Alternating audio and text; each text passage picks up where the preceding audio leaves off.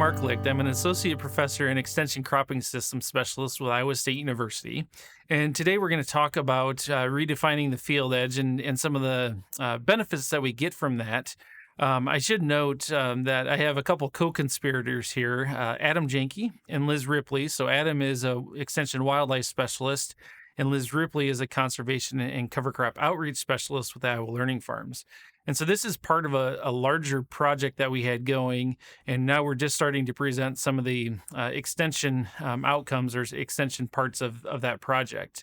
So when we think about redefining the field edge, where we're going with this is really talking about the marginal, maybe low profitability areas of row crop fields and the potential to convert those into a perennial vegetation, whether it be a native species or whether it be something like a pasture or hay ground. So those are kind of where we're going with this presentation here as we move forward. So again, just kind of what are we talking about with this whole concept of redefining the field edge? So the first aspect of this is kind of just understanding within field profitability. And so in this picture here, you can kind of see some areas that, just were not harvestable. There was nothing there to harvest, predominantly on the southern part of this field. But there are some areas in the northern parts of it as well, right? And then the red areas are just field areas that basically operated at a loss. The revenue from the grain did not make up for the costs of production that went into those. And so we're really looking at those. And for our project, we were focused on north central Iowa, where these are most often these are associated with prairie potholes, low wet depressional areas. And in some instances, and I think I have a couple images that'll show this too, they may be along a creek or a stream or a drainage ditch that comes out of its banks and floods for a prolonged period of time.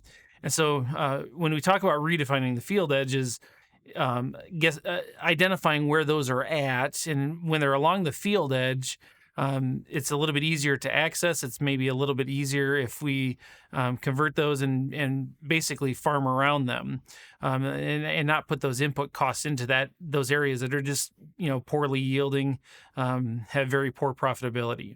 So that's where we're really going with this, and not so much worried about, at least for this project, not so much worried about those field areas that were losing money in the middle of the field. Because generally speaking, they might not be as large as what this image here is showing us. So kind of putting that into perspective, this is a field between Boone and Ogden that has some of these areas that had already been converted 15 plus years ago. A little bit later in the presentation here, I'll show some videos that Adam's talking about and describing where he's done some wildlife assessments. And so these are actually 4 of those parcels, but you can see that 2 of them are probably a little bit easier to farm around, being on the north and the west side of this, and the ones more toward the eastern side and the southern side there, being in the middle, they're a little bit harder to farm around. And so, again, just kind of putting a little perspective in what that might look like. 2 of them are probably what I would call as more likely candidates for redefining the field edge versus the other 2 just being a little bit more problematic to farm around, farm through. But this is the goal that we don't want to see. We don't want to see a field area that's full of, in this case, giant ragweed. In some of the cases where we may have ponding or flooding for prolonged periods, once they dry out, they may be full of water hemp and or foxtail. So those are a situation that we don't necessarily want to see something like this. And then we really think about what's the scope of this. And this is some work done by some researchers here at Iowa State back in 2018 is when it was published, and they were looking at the 2012 to 2015 time period. They were just trying to assess, what is the amount of land area that is operating at a loss, essentially, and where are those located? For this trial, they were looking at maybe switching some of these into switchgrass production for bioenergy feedstock. Those areas that are in the darker orange, they have the bigger red circle. Those are areas of the state that had larger areas that were losing money. And so the key here is that the darker the orange or the bigger the red dot is the more that we were at. And the break point that they were using was they were operating at greater than $40 per acre per year. And so that comes to be about 23% of the Iowa cropland over that time period. So there is potential for this. If we think of just kind of those low wet depressional areas in the state, mostly again in north central Iowa, that comes to about 10 to 15% of that land area. So there's a lot of these low margin areas or field areas that were losing money, quite honestly, that potentially fit into this redefining the field area, field boundary type concept. Benefits that we can get to it. So I'm focused on 3 of them today. So the improving water quality, increasing profits, and then providing wildlife habitat. But we also know that there are some soil health benefits that come along, and I'll mention a few of those a little bit later. And then the enhanced quality of life. And so there's a couple aspects here. So part of it comes along with the ease of farming, right? So if you're doing this outside of a government program, you can potentially farm through those, let the boom controls or the row shutoffs just shut on and off as you enter and exit those areas. The other part of the enhanced quality of life really comes back to the wildlife habitat. So if you like to watch birds or if you like to walk through and so to speak, smell the flowers, these provide some of those potential areas to be there. So we're going to touch on kind of three points here as we go forward.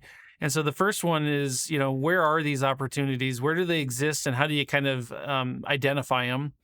The second one being is how do we establish this perennial vegetation? And then the third one being is, what happens when we do get that established in these opportunity areas? So what are the benefits that we start to see with those? So starting with the how do we define these? How do we find them? How do we know they exist type thing? So the first part of it is really just looking at and doing a profitability analysis and mapping it out. So what this means is we got to take all of our input costs, whether it's a fixed cost across the field or whether it's, maybe variable rate seeding or fertilizer, right? So we can pull those into a data management system, combine that with our yield maps and the market price, and you can come up with pretty looking maps basically that tell us do we have a profit or do we have a loss? Quite honestly, they look very, very similar to what a yield map would look like in these, except for our units change from bushels to acres to dollars per acre. And so on the right-hand side there, you can see one of those maps. You can see along the eastern side, it's all red, and I didn't include the legend here, but in this case, the red is operating at a loss of greater than $15 an acre, whereas the green is operating at a profit of greater than $15 an acre. So then those yellows are kind of in that 15 to minus 15 area. So you can really see very quickly where are our profitable areas, where are those areas that we're kind of borderline, and where are those areas that that we're always in the profit essentially. And the key would be to do this over a longer time period. So a single year helps you understand what the weather impacts from that individual year were. But if you do it over a 5 or a 10-year period, then you can map it out for just the corn part of that system or just the soybean part of it, or you can do an overall profitability over that time frame. And so then this gives you a much better idea of what the probabilities are than just guessing based on a 1-year type scenario. So this is another one of these field areas that we use. This example here is one that's along a drainage ditch or a creek. And so you can kind of see there along the east side, southeast corner, there's where that's running, and then it curves and goes off to the west. And you can see based on this image that in the year that I've shown here, there was just an area that was non-harvested, and so it makes it really hard to determine our profit loss with that because we're missing a couple of those components. But essentially, in those areas where we didn't have yield, it was either because a couple of them that look like little fingers going through there, those are already converted to a native mix. Areas along that far southeast corner there, we're operating at a loss of whatever our input costs were. And actually, it could be a little bit greater if we would have went in and had some replanting done. In this situation, there was no replanting. So it's just whatever that cost of production was, that's our total loss in those non-harvested areas. And so this kind of shows what it looks like as we get a little bit more closer up. You can see that there not much residue there, right? And we do have basically weed biomass that's there that's died already. So we have these areas that we do have to contend with. So now in the next segment here, I'm going to show a little bit of a video that talks about this redefining the edge and the concept a little more, and how do we place these and some of the considerations that go into those. Today we're actually standing in a perennial seeding. It's actually a CP23 mix that we're standing in that was established in the spring of 2020. We chose this area largely because this part of the farm typically has water ponding in it, especially in the spring of the year when the creek bank over there comes out of its banks and comes up here and ponds for several weeks at a time. And so this area we generally did not get good crop growth and productivity out of, and so it was a prime candidate to put into perennial grasses. So that's what brings me here. I'm a wildlife ecologist and normally do my education on the margins of our crop fields. And instead, we're here in what used to be a demonstration plot that kind of consistently caused problems or challenges at the farm in the production goals and wasn't actually achieving the educational goal set out for demonstrating soybean production practices or varieties and things like that. And instead we rethought what we wanted to do with this piece of the farm in a way that we find farmers across Iowa are starting to rethink about where the field margins should be and what some alternatives could be in areas that are consistently not producing or not profitable, in an opportunity to integrate wildlife habitat, diverse native perennial vegetation back into our landscape that provides water quality benefits, soil health benefits, wildlife and biodiversity benefits, beautiful aesthetics, and it takes an area that we used to be losing money and makes it at least cost neutral, and in some cases maybe a little bit profitable if we can enroll it in something like this conservation reserve program. Okay, so then the next part of this is how do we establish these? And I'm going to go right back into another video because myself and Adam Jenke, we do talk here quite a bit about how to establish them. And so I want to, just basically jump right back in and listen to some of the discussion about what goes into that seeding. How do we get them established after it's been seeded? So when we look at this area, it looks really good now, a year and a half later. But what we did to establish this area is it was soybeans the prior year to establishment. We came in the spring of the year and we broadcast seeded at a frost seeding time frame, and then we let it get up and going and we mowed it off 3 times through that growing season. And then earlier this year, in the June time frame, we mowed it off once, for that. And so that was the practice that we used to get this established, and we have pretty good establishment out here, I think. So one important consideration that we need to remember when we're growing native perennial plants on our farm is that the management of those plants is going to be different than what we're used to in our typical crop production practices. And that's because in our typical crop production practices, we're growing annual plants. And in native planting like this, we're growing perennial plants that'll be here for a long time. And the biggest distinction with a perennial plant is that in the first year or year and a half, those perennial plants are growing down instead of putting biomass above ground like we're used to seeing with our crops or our annual plants. And so that's why we need to take care in the first year or 2 years to really try to create conditions that are favorable for the establishment of those root systems that'll feed that perennial plant for years to come and to help it outcompete all the annual plants that are going to be found on the site as well. So just as a quick refresher here, that establishment process, right? So there's some things to consider when we're thinking about the site conditions and the history. Obviously, you've identified those and you've been thinking about what's made them not profitable, and that goes into a little bit of thinking about if they're low wet areas versus a higher drier area. What do we need to be thinking about as far as the right seed mix? The other part about that sites and condition is some of these areas that we do know that are getting converted into perennial species. They may have a perennial weed bank in them, so to speak, and so we have to get out there and we have to kill those weeds right away. And so then that brings us into kind of that preparing the seed bed. And so what we don't maybe want to see, or what's not ideal, is seeding these native species into a snow cover situation like we have in this picture. A late fall is an okay time, as long as, again, we're getting the seeding done and then the snow falls on top of it, or even in the spring, and that could be early spring, or as you go maybe into a mid-May or late May time period, you can still seed into those times.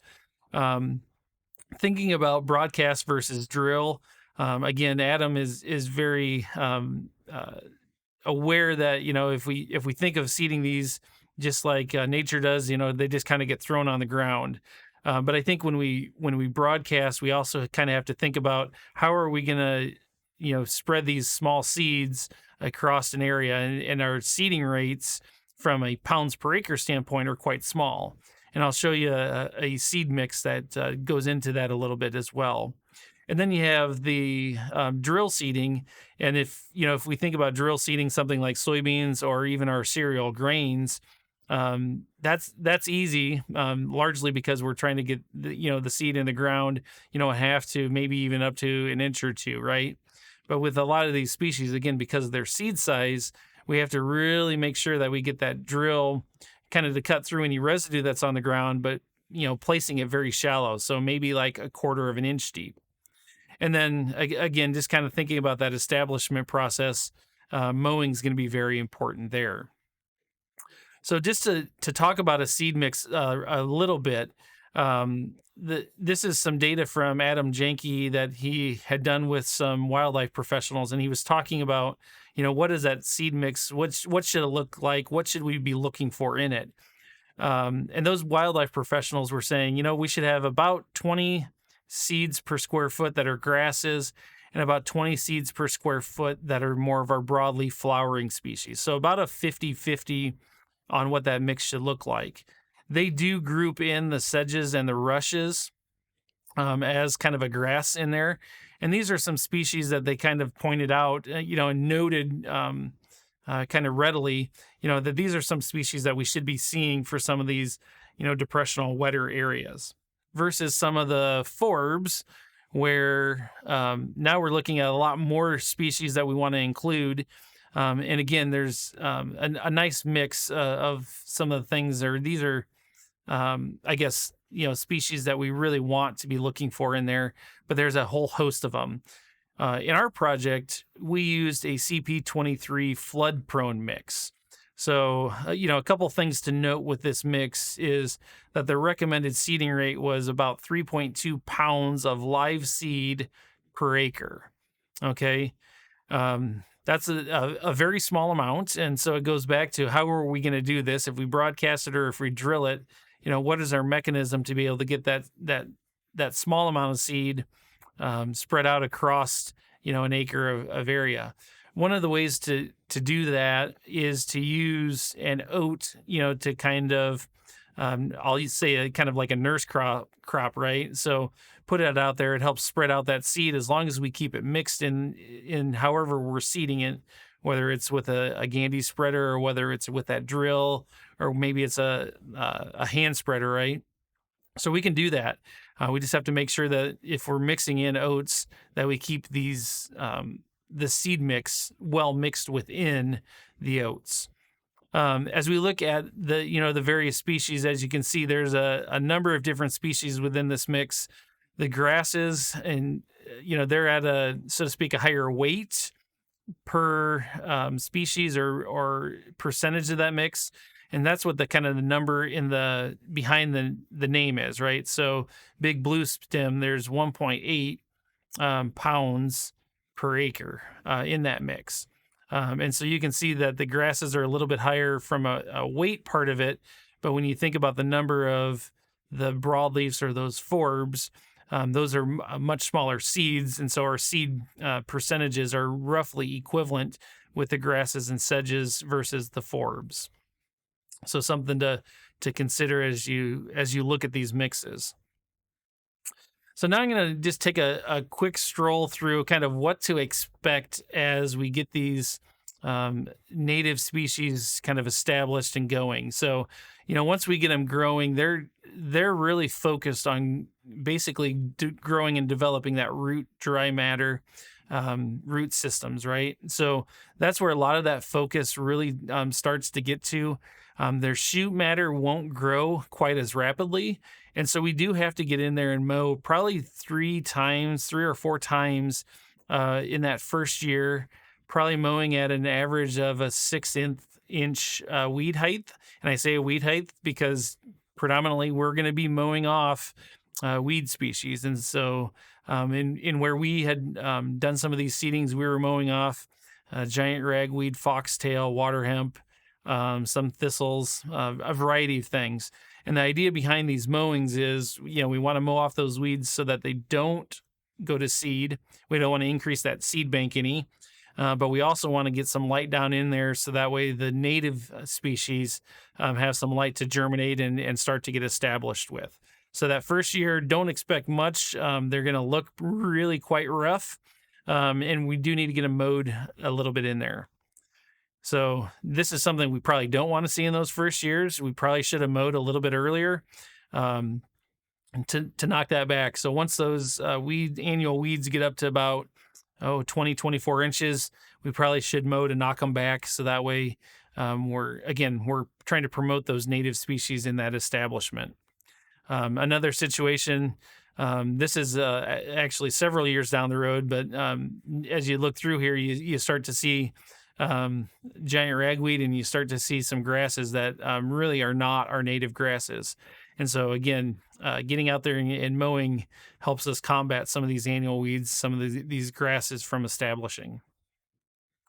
So in year 2, again, it's going to be mowing. Maybe now you can get by with maybe even only one mowing, but maybe up to 3 mowings just to keep some of those weed species back again. We can maybe let it go a little bit longer between mowings just because some of the native grasses will be starting to put out some good height and good biomass. If we do have some noxious weeds or other weed species that mowing's not really going to help us control, so like a Canada thistle, we can go out and we can do some spot spraying, help knock those back.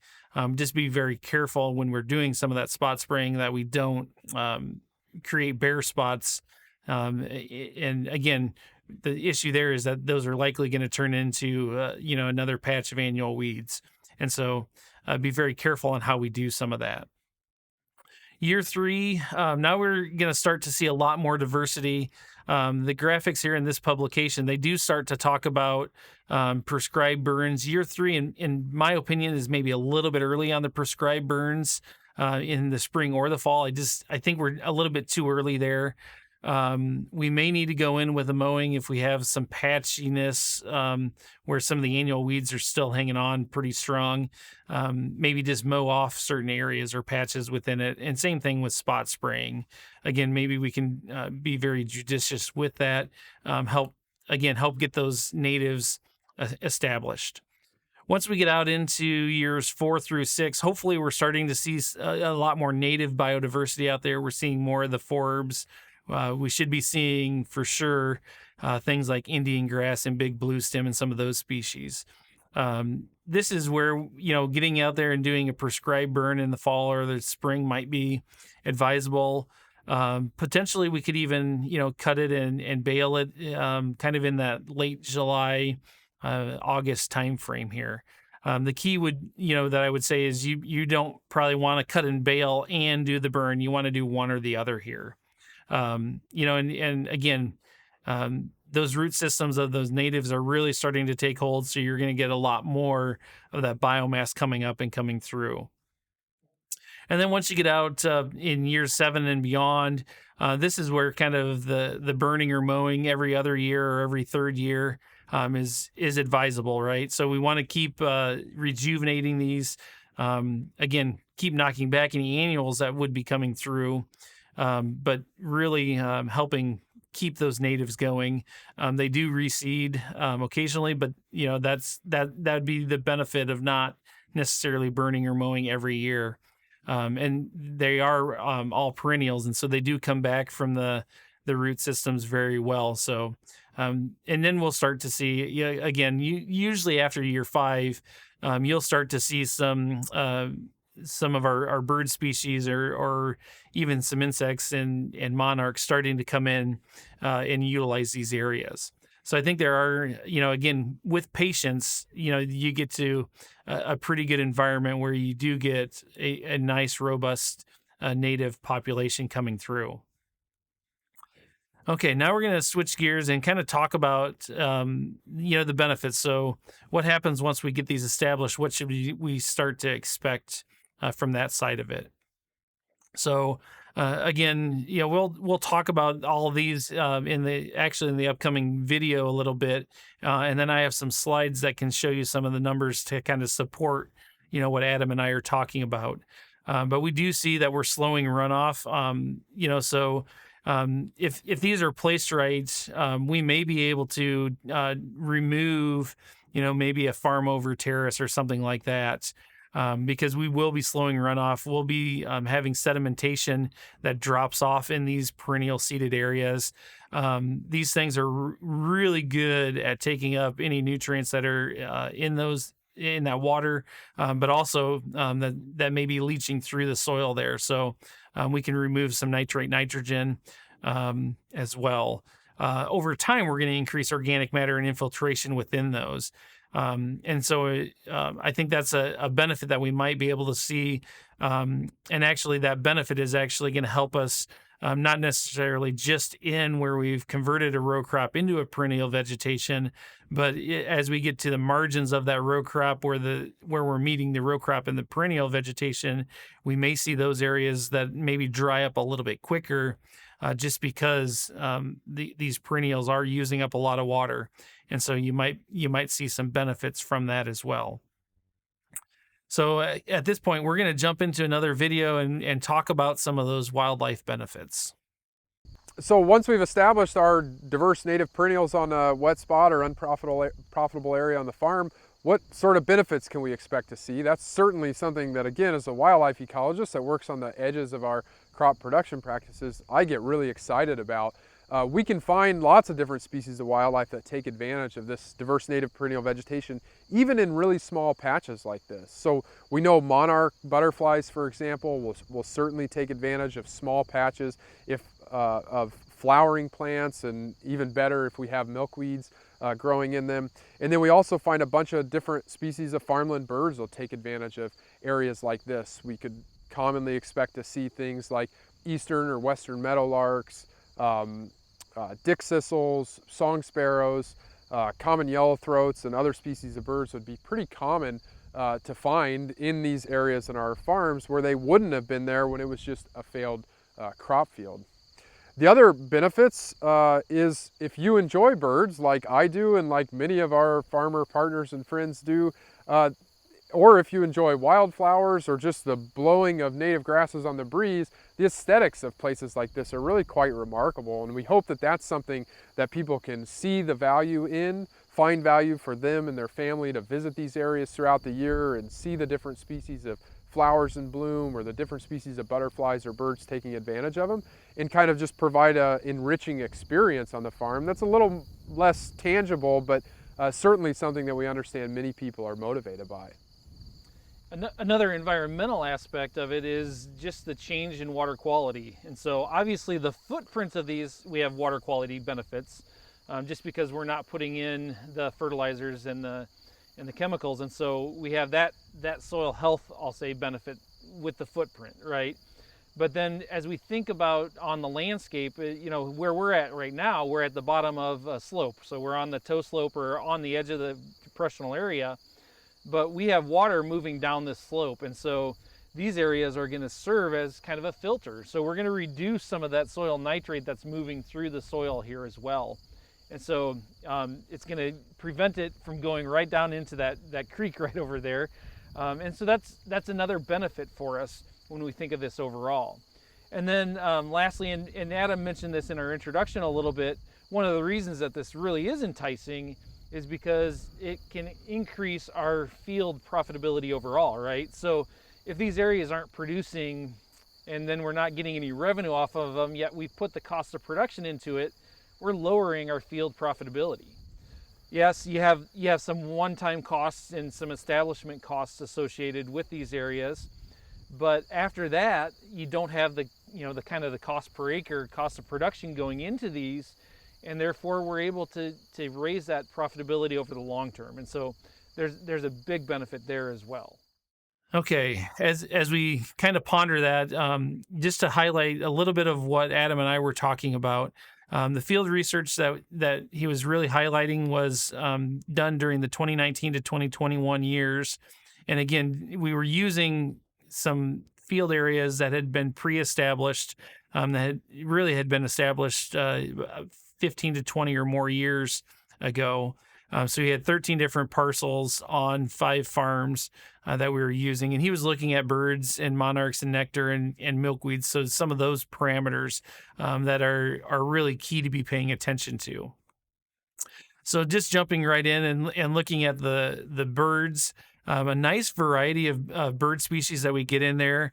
The nice part that we found was that the species of greatest conservation need were coming into these areas and utilizing them for the habitat that they have. So the bobolinks or the yellow throats, meadowlarks, kingbirds, some of those are in there.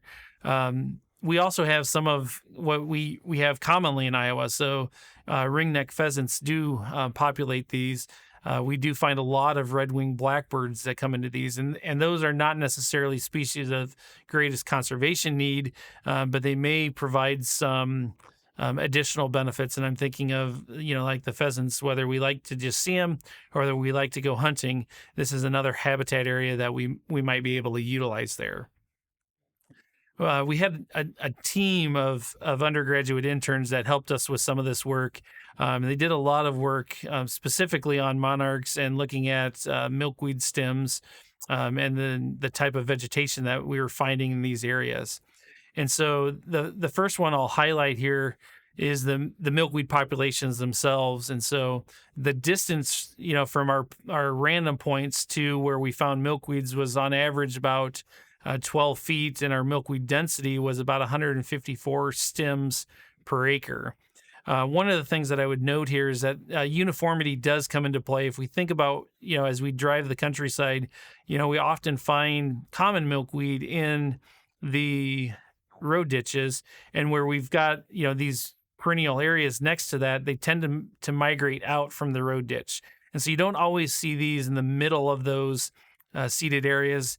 Or when you do, it takes a little bit more time for them to develop and spread that seed further out. And so a lot of times you'll find these along the margins with that road ditch.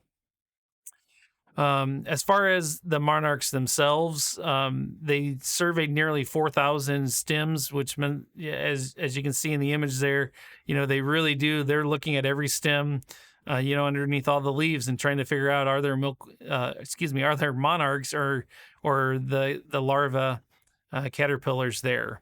And so we did find that about 4% of the stems had monarchs on them or habitating on them. And all of our fields had stems being occupied. And so that's a real bright spot, is that even though it's a smaller, a small percentage, we were finding them in pretty much all of the fields that we were looking through. As far as nectar and nectar resources, so if we have monarchs and we have some of these pollinators, they're really looking for those flowers out there. And so the distance to the nectar sources was about 17 feet, give or take. the downside is that we had some of these points that we had selected that we did not have any nectar sources within 30 meters. So about 1/5 of the time that occurred. So that's a little concerning. So that's again going back to when we seed these, again making sure we get those forb species really seeded very, very uniformly. We can also look at those seed mixes and make sure that we have species in there that are going to flower on the early part of summer, in the middle part of summer, and at the end of summer. If we're heavy on any of those, then we lose some of the benefit to some of those pollinators that are looking for that nectar there. And then as we think about the plant community and what's out there, so in these well-established ones, the annual vegetation was almost 10%. And so when we think of annual vegetation, that's going to be the annual grasses. So foxtail might be some of our annual broadleaves like giant ragweed or water hemp, things like that. So in the well-established, those annuals were only about 10%. The perennials, that's what we intended for, right? So that's those native species. Those are upwards of around 90%. And again, I think it's important to reiterate here that these plant communities that we were surveying in this part of it, they were in well-established, right? 15 plus years since they were established. If we look at just the 2 years from they were established 2 years ago in the 4 locations that we did that on, we could about flip this around, right? So they were pretty much 90 to 95% annual weeds. It was giant ragweed and it was foxtail was the predominant in our 4 fields that we were monitoring after 2 years. And then the perennial vegetation was only 5%, and quite honestly, most of that 5% was going to be big blue stem or Indian grass that came through and was the first to establish. So again, just to reiterate, what you start with and where you're headed are going to be quite different depending on when you start looking for these plant communities and when you start monitoring for that.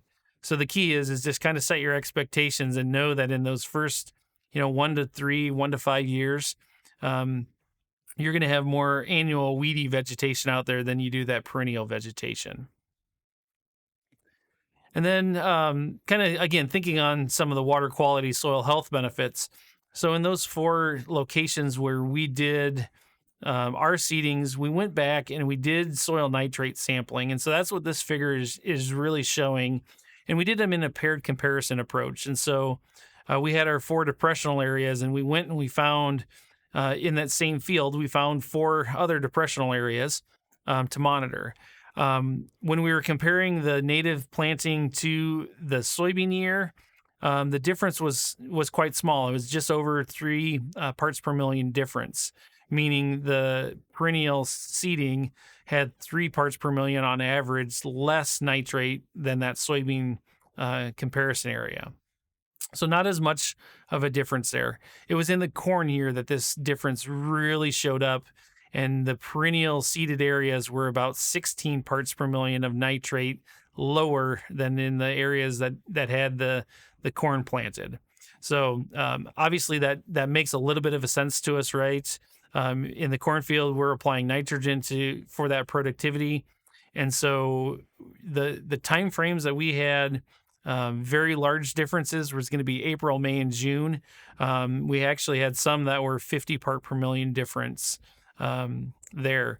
But then by the time we got to late August, September, October, the corn and the native planting were very similar to maybe what we would expect there over with the soybeans, only 2 to 4%, or excuse me, 2 to 4 parts per million difference compared to the corn area.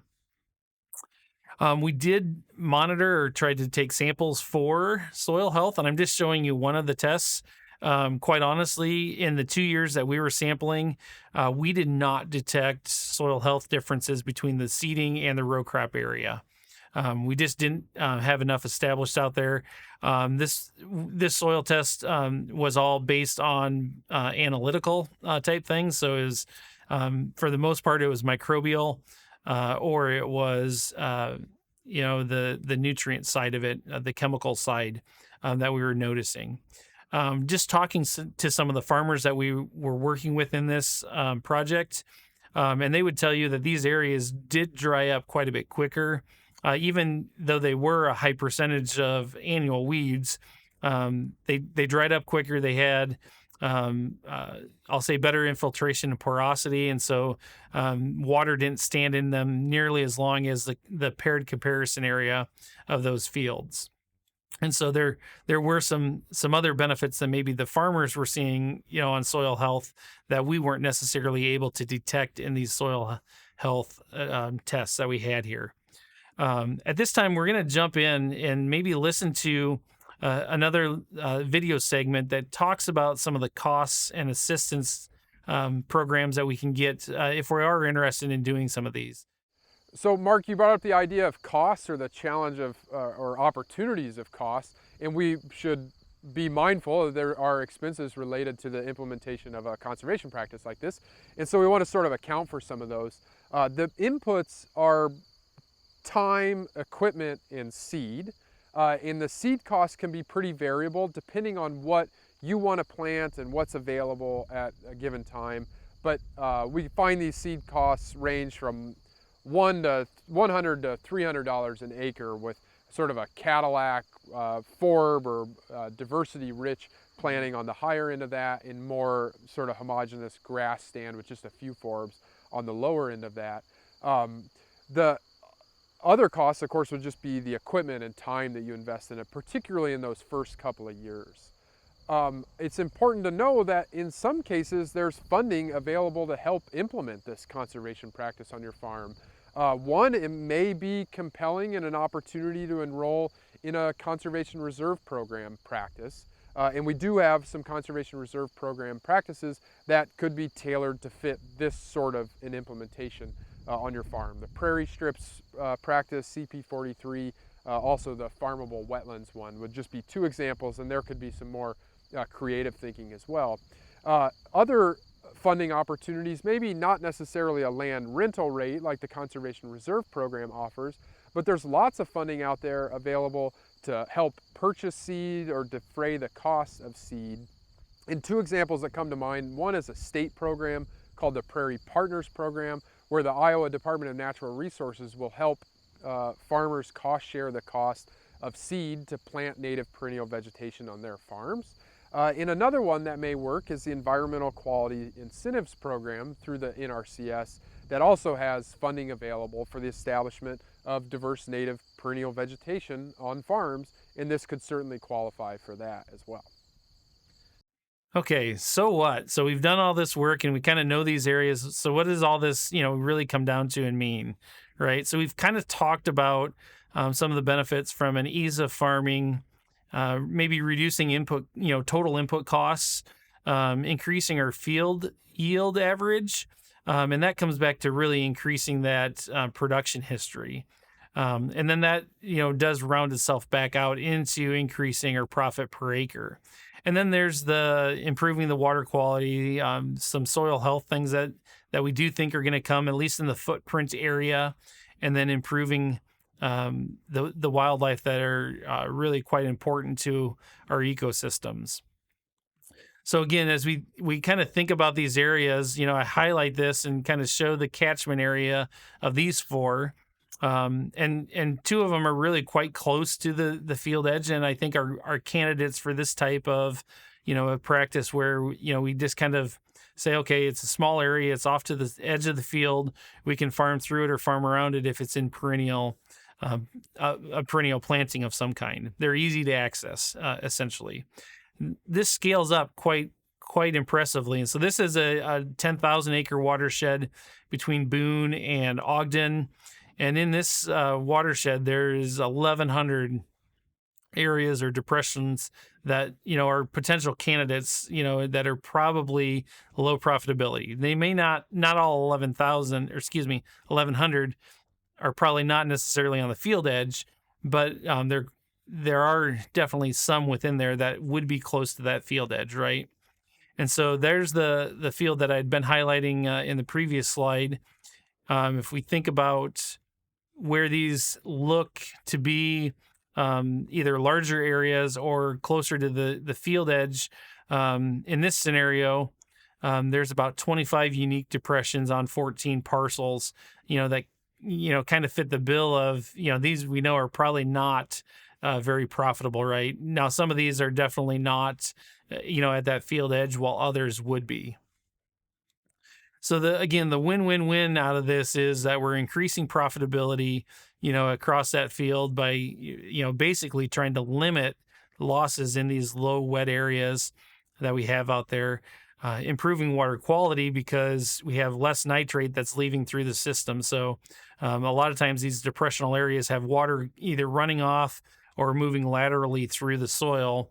And if we have some permanent vegetation in there taking up some of that nitrate, that means we have less that's going to be leaving our system. And then the third win, looking at the wildlife habitat, we do have more monarch habitat. We are attracting, birds that are of conservation need. And so we do really have an opportunity here, for a triple win. As we think about, some assistance, maybe here are two publications that do talk. One specifically about kind of redefining the field edge and some of the thoughts and considerations that go along with that. And then on the right hand side, there's a publication that talks about establishing that prairie vegetation and kind of what to expect as you do get that underway. So just a couple publications that can provide some guidance, provide some assistance.